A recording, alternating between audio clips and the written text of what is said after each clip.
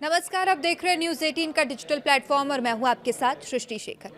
सूर्य ग्रहण को ज्योतिष शास्त्र और सनातन धर्म में एक महत्वपूर्ण खगोलीय घटना माना जाता है और धार्मिक मान्यताओं के अनुसार ग्रहण के दौरान कुछ विशेष नियमों का पालन किया जाता है। लेकिन क्या आप जानते हैं कि ग्रहण समाप्त होने के बाद भी कुछ काम करना शुभ माना जाता है।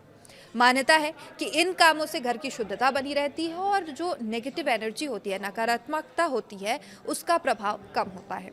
तो आखिर सूर्य ग्रहण समाप्त होने के बाद कौन से ऐसे 4 काम करना बेहद ज़रूरी है? आइए इसे आसान भाषा में एक-एक करके समझते हैं। सबसे पहला, ग्रहण समाप्त होने के बाद सबसे पहले स्नान करें यानी नहाएं। धार्मिक मान्यताओं के अनुसार सूर्य ग्रहण समाप्त होने के बाद सबसे पहले स्नान करना चाहिए। माना जाता है कि ग्रहण के दौरान वातावरण में नकारात्मक ऊर्जा का प्रभाव बढ़ जाता है और इसलिए ग्रहण समाप्त होने के बाद स्नान करके खुद को शुद्ध करने की परंपरा बताई गई है। और स्नान करने के बाद आप रोज़मर्रा के काम शुरू कर सकते हैं और इसकी सलाह दी जाती है। अगर संभव हो तो स्नान के बाद साफ और स्वच्छ कपड़े ही पहने। इसके बाद भगवान का ध्यान और पूजा पाठ किया जा सकता है। हालांकि ये ध्यान रखना बेहद ज़रूरी है कि ये बातें धार्मिक मान्यताओं पर आधारित है। वैज्ञानिक दृष्टि से ग्रहण के बाद स्नान करना किसी विशेष स्वास्थ्य लाभ के लिए अनिवार्य नहीं माना जाता। दूसरा, गर्भवती महिलाओं का विशेष ध्यान ग्रहण के दौरान रखना होता है। धार्मिक परंपराओं में ग्रहण के समय गर्भवती महिलाओं के लिए कई तरह की सावधानियां बताई जाती है। ग्रहण समाप्त होने के बाद स्नान करने की मान्यता भी विशेष रूप से बताई जाती है और इसके अलावा ग्रहण समाप्त होते ही बहुत अधिक थकाने वाला या भारी शारीरिक काम करने से बचना बेहतर माना जाता है। आराम करें, पर्याप्त पानी पिए और अपनी सामान्य दिनचर्या धीरे धीरे शुरू करें। और यहाँ एक ज़रूरी बात समझना भी आवश्यक है कि प्रेगनेंसी में यानी गर्भावस्था में किसी भी तरह की विशेष सावधानी डॉक्टर की सलाह के अनुसार ही होनी चाहिए। ग्रहण को लेकर धार्मिक मान्यताओं को चिकित्सा सलाह का विकल्प नहीं माना जा सकता। और तीसरा, अगर हम बात करें तो वो है तुरंत मंदिर और भगवान की प्रतिमा को ना छुएं। धार्मिक मान्यता के अनुसार ग्रहण समाप्त होते ही सीधे मंदिर में जाकर भगवान की प्रतिमा को छूने के बजाय पहले मंदिर की साफ सफाई करनी चाहिए। ग्रहण समाप्त होने के बाद घर के मंदिर की साफ सफाई करें, भगवान की प्रतिमाओं पर गंगा जल का छिड़काव करें या धार्मिक परंपरा के अनुसार उनका स्नान कराएं। इसके बाद ही नियमित पूजा पाठ शुरू करने की मान्यता है। और इसी तरह ग्रहण के तुरंत बाद तुलसी के पौधे को छूने से भी कई परंपराओं में बचने की बात कही गई है। पहले स्नान और शुद्धिकरण की प्रक्रिया पूरी होने के बाद ही तुलसी पूजा करने की सलाह दी जाती है।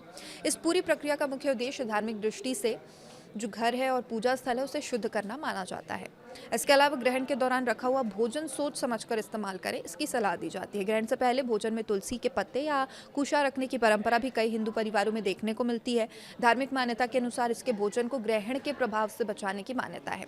अगर ग्रहण में पहले भोजन में तुलसी या कुशा नहीं रखा गया है तो कई धार्मिक परंपराओं में उस भोजन को ग्रहण के बाद खाने से बचने की सलाह दी जाती है। ऐसे में भोजन को फेंकने के बजाय ज़रूरतमंद जीव जंतुओं को खिलाने की बात भी कही जाती है। हालांकि भोजन को लेकर एक महत्वपूर्ण बात समझना जरूरी है। वैज्ञानिक रूप से सूर्य ग्रहण के कारण भोजन अपने आप जहरीला या अशुद्ध नहीं हो जाता। अगर भोजन सही तरीके से रखा गया और खराब नहीं हुआ है तो उसकी सुरक्षा का निर्धारण उसकी स्वच्छता, तापमान और भंडारण की स्थिति में निर्भर होता है।